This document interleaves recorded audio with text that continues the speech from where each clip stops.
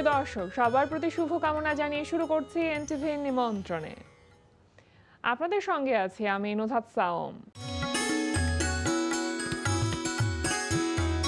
প্রিয় দর্শক, এনটিভি নিমন্ত্রণের আজকের আয়োজনে থাকছে সংস্কৃতি, এনটিভি অনুষ্ঠান সূচি ও আলাপন। প্রথমেই সংস্কৃতি।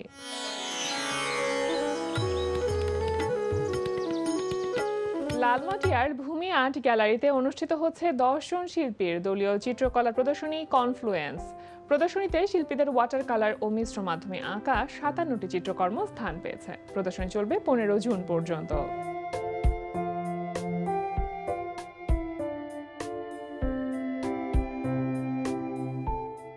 এবার এনটিভি অনুষ্ঠান সূচি।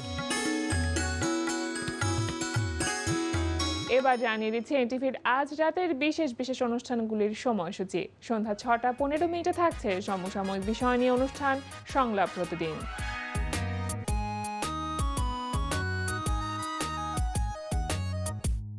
রাত 8:20 থাকছে মাপরুর রশিদ বান্নার পরিচালনায় ধারাবাহিক নাটক ছাত্রাবাস। স্যার অনেক ভুল হয়ে গেছে স্যার, মাফ করে দেন স্যার। আমি স্যার ইচ্ছে করে আপনার করে দিই স্যার। তুই তোর ভুল স্বীকার করছিস? জি স্যার। নেশা করছিলি কেন? স্যার নেশা তো স্যার আমি ইচ্ছে করে করি নাই। মানে স্যার ওই যে দুদু হাসান দুদুর বাবা স্যার আমাকে চকলেট আনলো, চকলেট দিল, চকলেটটা খাওয়ার পর থেকেই। চকলেট? হ স্যার, কি জানি একটা চকলেট দুদুর বাবা আনলো, আনার পর থেকে মাথা জিন জিন খাইলাম, মাথা পুরো পিনিক, কিচ্ছু হচ্ছে স্যার, তো কোনো কিছু সেন্সই নেই। আমি তুই শিওর? 100% sure sir.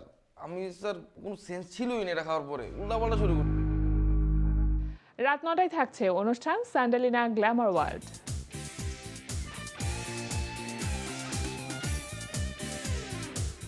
রাত 9:30 থাকছে শামস করিমের পরিচালনায় ধারাবাহিক নাটক 7 কিলো 1 গ্রাম। খবরদার বন্দি বানা না কয়ে দিলাম।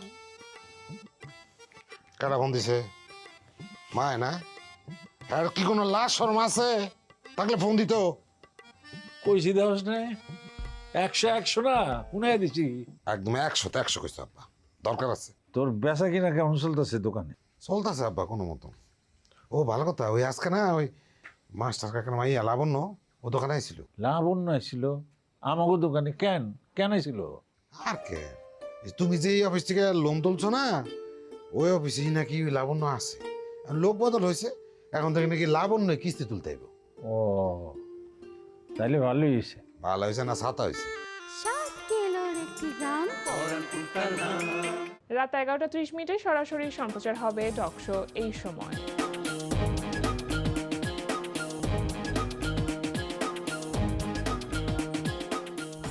এই ছিল এনটিভির আজ রাতের বিশেষ বিশেষ অনুষ্ঠানগুলির সময়সূচি। দেখছেন এনটিভির নিমন্ত্রণে। এবার আলাপন। প্রিয় দর্শক, আমাদের আলাপনের আজকের অতিথি অভিনেতা ও নির্মাতা মারুফ মিঠু। শুভ সকাল। শুভ সকাল। কেমন আছেন ভাইয়া? আলহামদুলিল্লাহ, অনেক ভালো আছি। খুব ভালো লাগছে আপনাকে প্রথমবারের মতো আপনাকে আমাদের আয়োজনে পেয়ে আরো বেশি ভালো লাগছে। আপনার অভিনীত একটি নাটক এনটিভিতে প্রচারিত হচ্ছে, যার নাম হচ্ছে 7 কিলো 1 গ্রাম, যেটা শামস করিম পরিচালনা করছেন। এখানে আমরা দেখতে পাচ্ছি যে আপনি আমাদের প্রিয় অভিনেতা মোশাররফ করিম ভাইয়ের ছোটবেলার বন্ধু চরিত্রে কাজ করছেন। কেমন লাগছে? খুবই ভালো লাগছে। মোশাররফ ভাই তো আর্টিস্ট হিসেবে মানে অসাধারণ, মানে যার কোনো তুলনাই নাই। তো উনি মানে ওনার সাথে কাজ করতে গেলে ওই সিকোয়েন্সের মানে প্রত্যেকটা সিকোয়েন্স ডেভেলপড হয়। স্ক্রিপ্টে যা থাকে তার চাইতে অনেক বেশি মানে শক্তিশালী ভালো হয়ে শক্তিশালী হয়ে সামনে আসে আসলে। এবং আমাদের সকলের মানে অভিনয়টাও অনেক বেশি মানে কি বলবো রিচ হয়। ওগুলো ওই সব মানে শুটিং স্পটের সিচুয়েশনটা না দেখলে আসলে বোঝা যাবে না। আমরা জানি যে মোশাররফ করিম আপনার ডিরেকশনে বেশ কিছু কাজ করেছেন, এবং আমি বলবো যে আপনি মনে হয় মোশাররফ ভাইকে নিয়ে বেশি কাজ করেছেন। তো সেখানে কো অ্যাক্টর হিসেবে আসলে মোশাররফ ভাই কেমন, এবং আপনি যখন তাকে ডিরেকশনে মানে আপনি নিজে ডিরেকশন দিয়েছেন কোনো নাটকে একজন অভিনেতা হিসেবে, তখন আসলে তিনি কেমন? কো অ্যাক্টর হিসেবে তো ওই যে বললাম অসাধারণ। তারপরে ওনাকে যখন মানে ডিরেকশন দেই, এটা হচ্ছে কি প্রথমবার মানে একবার মনে হয়েছিল যে কি বলবো, অসাধারণ একজন অভিনেতা। কিন্তু আমার কখনো মোশাররফ ভাইকে আমার চাওয়াটা বলতে অসুবিধা হয়নি একদমই। আচ্ছা। জুনিয়র অনেককে দেখি যে একটু সংকোচ বোধ করে হ্যাঁ, যে মোশাররফ হ্যাঁ, ভাইকে খুব কিভাবে স্বাভাবিক। হ্যাঁ, কিন্তু আমার সেটা কখনই হয়নি এই কারণেই, কারণ উনি যখন মোশাররফ করিম হয়ে ওঠে নাই তখন থেকেই, যখন উনি নাট্যকেন্দ্রে মঞ্চ অভিনয় করতেন এবং আমরা মানে দীর্ঘদিন জাহাঙ্গীরনগর বিশ্ববিদ্যালয়ের রাত দিন আড্ডা মেরেছি। আচ্ছা আচ্ছা। হ্যাঁ, উনি তখন একদম সাধারণ একজন নাট্যকর্মী মঞ্চের, এবং খুবই মজা করতেন। মানে আড্ডার মধ্যে গান টান, আমরা ঢোল তবলা নিয়ে গান টান করতাম, জোকস বলা হতো। তো সবকিছু মিলিয়ে ওনার সঙ্গটা ওই সময় থেকেই মানে আপনি আগে মানুষ হিসেবে তাকে চিনেছেন, বন্ধু হিসেবে হ্যাঁ, তাকে একদম পেয়েছেন। একদম বন্ধুর মতো। হ্যাঁ। তো উনি আমার একটু সিনিয়র, হ্যাঁ, তো ওই যে বন্ধুর মতোই, তো ওই কারণে আমার সাথে ওনার একটা অসাধারণ সিঙ্ক হয়ে গেছে একদম শুরুর থেকে। আচ্ছা আচ্ছা। হ্যাঁ, তো ওই মানে আদান প্রদানটা খুব ওই দারুণ। বন্ডিংটা আগে থেকেই হ্যাঁ, ছিল, আমি একদম যেটা মনে হয় সরাসরি- কাজের ক্ষেত্রে ওটার প্রভাবটা অনেকটা পড়েছে। অনেকটা হ্যাঁ, আমি আমার চাওয়াটা একদম সরাসরি বলতে পারি, উনি বলতে পারে যে এটা করি ওটা করি। আচ্ছা। হ্যাঁ, তো এ দারুণ। দিন শেষে এটা একটা টিম ওয়ার্ক। মারাত্মক মারাত্মক, আমার সাথে আচ্ছা, শামস করিমের পরিচালনায় তো 7 কিলো 1 গ্রাম, তো শামস করিমের সাথে এর আগে কাজ করা হচ্ছে আপনার, নাকি এবারই প্রথমবারের মতো কাজ করা হলো ধারাবাহিক? না, ওনার সাথে আমার কাজ সিঙ্গেল নাটক হয়েছে কিছু কিছু। হ্যাঁ, তো মানে সিরিয়ালেই প্রথম 7 কিলো 1 গ্রাম। আবার আরো একটা বেসরকারি চ্যানেলে আমার একটা নাটক যাচ্ছে ওনারই পরিচালনায়, সেটাও সিরিয়াল, আচ্ছা রঙিলা পুতুল নামে। আচ্ছা আচ্ছা। হ্যাঁ, মানস পালের রচনা, ওনার ডিরেকশন। সেটার চরিত্রটা কি আপনার? ওটা হচ্ছে যে উনি যে খুব জ্ঞানী একজন মানুষ, সেটা আবার বলে বেড়ায় যে আমি খুব জ্ঞানী, আমার একটু দাম দাও, মূল্য দাও, আমার কথা কেউ শোনো না তোমরা। গ্রামের যে একটু পড়াশোনা করছে সে, কিন্তু একটু প্রচণ্ড মানে কিপটা টাইপের একটা লোক, একটি টাকাও সে খরচ করে না। হ্যাঁ, কিন্তু আসলে পড়াশোনা জানে আর কি। হ্যাঁ, পৃথিবীর যাবতীয় বিষয়ে তার কাছে খবর আছে। মোশাররফ ভাই ওইখানে হচ্ছে আমার ছোট ভাই, ইমিডিয়েট ছোট ভাই। হ্যাঁ, এই হচ্ছে ক্যারেক্টার। আচ্ছা, আমি যদি 7 কিলো 1 গ্রামের কথা জানতে চাই, মূলত সোশ্যাল মেসেজগুলোই তো আমরা নাটকের মাধ্যমে তুলে ধরি, সেই সামাজিক যে বক্তব্য সেটা দেবার চেষ্টা করি। 7 কিলো 1 গ্রামের মূল বক্তব্যটা আসলে কি? আচ্ছা, প্রথমে বলি যে 7 কিলো 1 গ্রামটা নিয়ে দর্শকের মধ্যে অনেকে বলে যে এই নামটা কেন। হ্যাঁ হ্যাঁ হ্যাঁ, 7 কিলো 1 গ্রাম মানে কি? একটা গ্রামের আয়তন আসলে 7 কিলোমিটার। যে গ্রামটার নাম আসলে পরানপুর, তো এই কারণে 7 কিলো 1 গ্রাম বলা হয়েছে, মানে 7 কিলোমিটার একটা গ্রাম। হ্যাঁ। তো এই গ্রামে দৈর্ঘ্যে প্রস্থে 7 কিলোমিটার যদি ধরি, হ্যাঁ, যে এই গ্রামটার দৈর্ঘ্য মানে 7 কিলোমিটার জুড়ে একটা গ্রাম আর কি। হ্যাঁ, তো এরকম বিষয়টা। তো এইখানে যে আমার কাছে প্রথমে যখন স্ক্রিপ্টটা পাই, তখন মানে সবচাইতে ইন্টারেস্টিং বিষয় ছিল যে চরিত্রগুলি খুবই সরল, কিন্তু যে মাঝে মধ্যে মনে হয় যে স্বার্থপরের মতো আচরণ করছে, কিন্তু আসলে সবাই এত সরল এবং এত পজিটিভ ক্যারেক্টার, সবগুলো চরিত্র খুব পজিটিভ। হ্যাঁ, তো এখানে আসলে ওই লেভেলের দুঃখের কোনো স্থান নাই, সারাক্ষণই কিন্তু একটা ফুর্তি গ্রামে, যেটাও একদম পুরোপুরি বলবো যে একটু রিয়েলিজমের বাইরেও, এরকম তো হয় না সাধারণত মানুষের জীবনে, কিন্তু নাটক যেহেতু, হ্যাঁ, একটা ফ্যান্টাসি। ফ্যান্টাসি মানে অসাধারণ। আমি এই নাটকে আমার চরিত্রের নামটা হচ্ছে মানে নামটা কাঞ্চন, কিন্তু তার আগে একটা সিরিয়াস ব্যাপার আছে, সিরিয়াস কাঞ্চন। তো মানে মূলত সবাই ওকে সিরিয়াস বলে ডাকে। হ্যাঁ, সে আনমেরিড, বিয়ে করে নাই, কিন্তু সে আবার একটা মেয়ের প্রেমে পড়ে গেছে। হ্যাঁ, ও সারাক্ষণ মেয়েটাকে ভাবে, কিন্তু এই সিরিয়াস বলে ওকে ডাকে। প্রতিটি মুহূর্তেই সে সিরিয়াস, যে কোনো বিষয়ে সিরিয়াস, আননেসেসারি। আচ্ছা আচ্ছা। এই আমার চরিত্রের মজাটা হচ্ছে এখানে। দারুণ একটা ব্যাপার। এবং অনেক মজার চরিত্র। আচ্ছা, দর্শক তো নিঃসন্দেহে খুব ভালোভাবে গ্রহণ হ্যাঁ, করছে। দর্শক খুব মজা পেয়েছে নাটকে। আচ্ছা, এবার একটু জানতে চাইবো আপনার, যে এখন অভিনয়টা নিয়ে বেশি ব্যস্ত, বেশি ব্যস্ত। নির্মাতা মারুফ মিঠুকে আমরা খুব একটা এখন দেখছি না। হ্যাঁ হ্যাঁ হ্যাঁ, আসলে আমি কম নির্মাণে খুবই কম করছি। তো একটা কাজ করেছি, এটা ঈদে যাবে।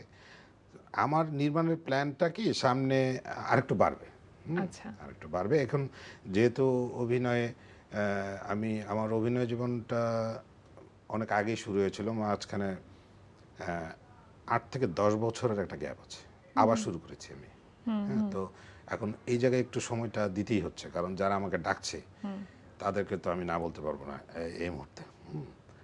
তো আমি বুঝে শুনেই কাজ করছি, কিন্তু যারা ডাকছে তাদের কাজগুলো আমি করছি, প্রায়োরিটি দিয়েই করছি। আচ্ছা, আপনি বলছিলেন ঈদের জন্য একটা নাটক নির্মাণ করা হয়েছে। হ্যাঁ, সেটা কি ধরনের নাটক বলতে চান? সেটা কমেডি বলতে পারেন, হিউমারাস একটা নাটক। নাটকের নামটা কমন নেই, নির্যাতিত স্বামী নামে একটা আচ্ছা নাম। আচ্ছা। তো একটা লোক সারাক্ষণই জুয়া খেলে, হ্যাঁ। জুয়া খেলতে খেলতে তো ওর মানে একটা মেয়ের সাথে তার বিয়ে হয়। তো তারপরে ওই লোকটাকে শুধরানোর জন্য যে চক্রান্তটা আর কি করে আর কি, মেয়েটা বা ছেলেটার মা মিলে আর কি, বউ শাশুড়ি মিলে, এরকম এই এই খুবই মজার একটা এটা গল্প। শুটিং কি শেষ? এটা শুটিং শেষ। তো সেখানে আমরা নির্যাতিত স্বামীর ভূমিকা কাকে দেখবো? আমার মনে মোশাররফ করিম। Exactly. এবং পুরোটা হচ্ছে ময়মনসিংহ এর ল্যাঙ্গুয়েজে করা। আচ্ছা, এটা শুটিং হয়েছে কোথায়? শুটিং পুবাইলে। আচ্ছা, কতদিন ধরে পরিকল্পনা করছিলেন এই নাটকটির জন্য? এটা এটা আসলে হুট করেই হয়েছে। হ্যাঁ, এটা আমার প্ল্যান ওইভাবে ছিল না, কিন্তু আমি যখন মোশাররফ ভাই আমি তো কাজ করছি না, তো একটা ডেট দেন তো, একটা কাজ করি, একটা গল্প আছে আমাদের। তো উনি বললো যে দেখি। আচ্ছা। তো মোশাররফ ভাই দেখি মানে হচ্ছে যে কখন, এটা কোনো আনসার্টেন, হ্যাঁ, কখন কাকে ডেট দিবে না দিবে, আমার তো ব্যস্ত, চরম ব্যস্ত, একটা দিনই মানে তার পাওয়া যায় না। তো সেখানে হুট করে একদিন আমাকে বললো যে তোর এত তারিখ বল করতো, আচ্ছা। তো পারবি? তো আমি বললাম কেন পারবো না, আমার তো সব রেডি।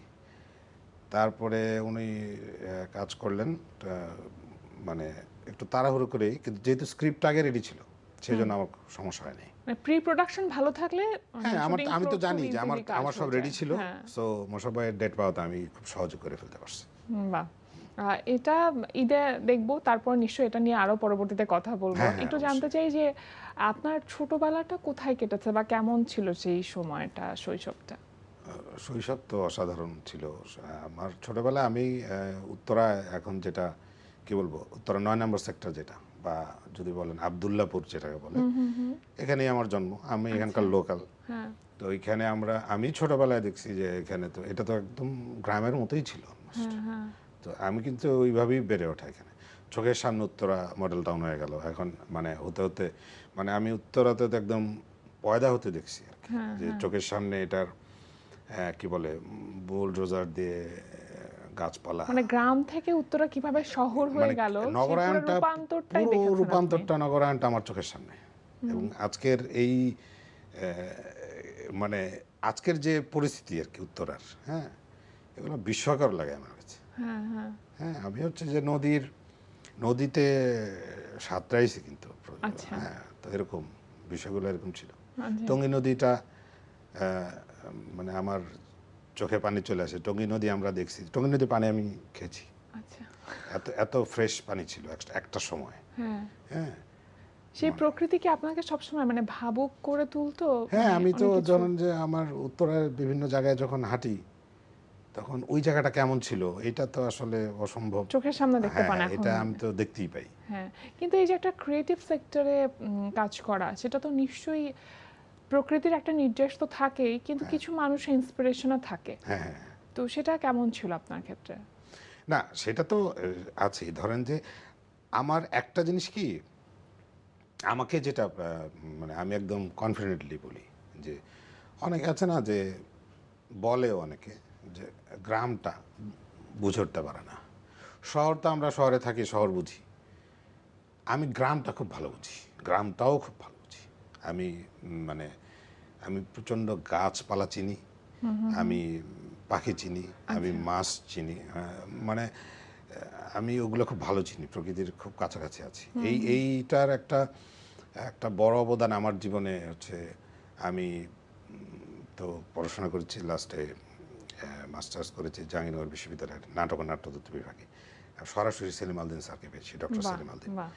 তো প্রকৃতিকে চেনার ব্যাপারে সেলিম স্যারের অবদান অনেক বেশি আমার জীবনে। ওনার সাথে মাইলকে মাইল হাঁটতাম, ওনার ডায়াবেটিস ছিল, উনি আমাদেরকে নিয়ে হাঁটতেন। তো প্রকৃতি সম্পর্কে বর্ণনা দিতেন, গাছপালা, পশু পাখি, হ্যাঁ, আকাশের রং।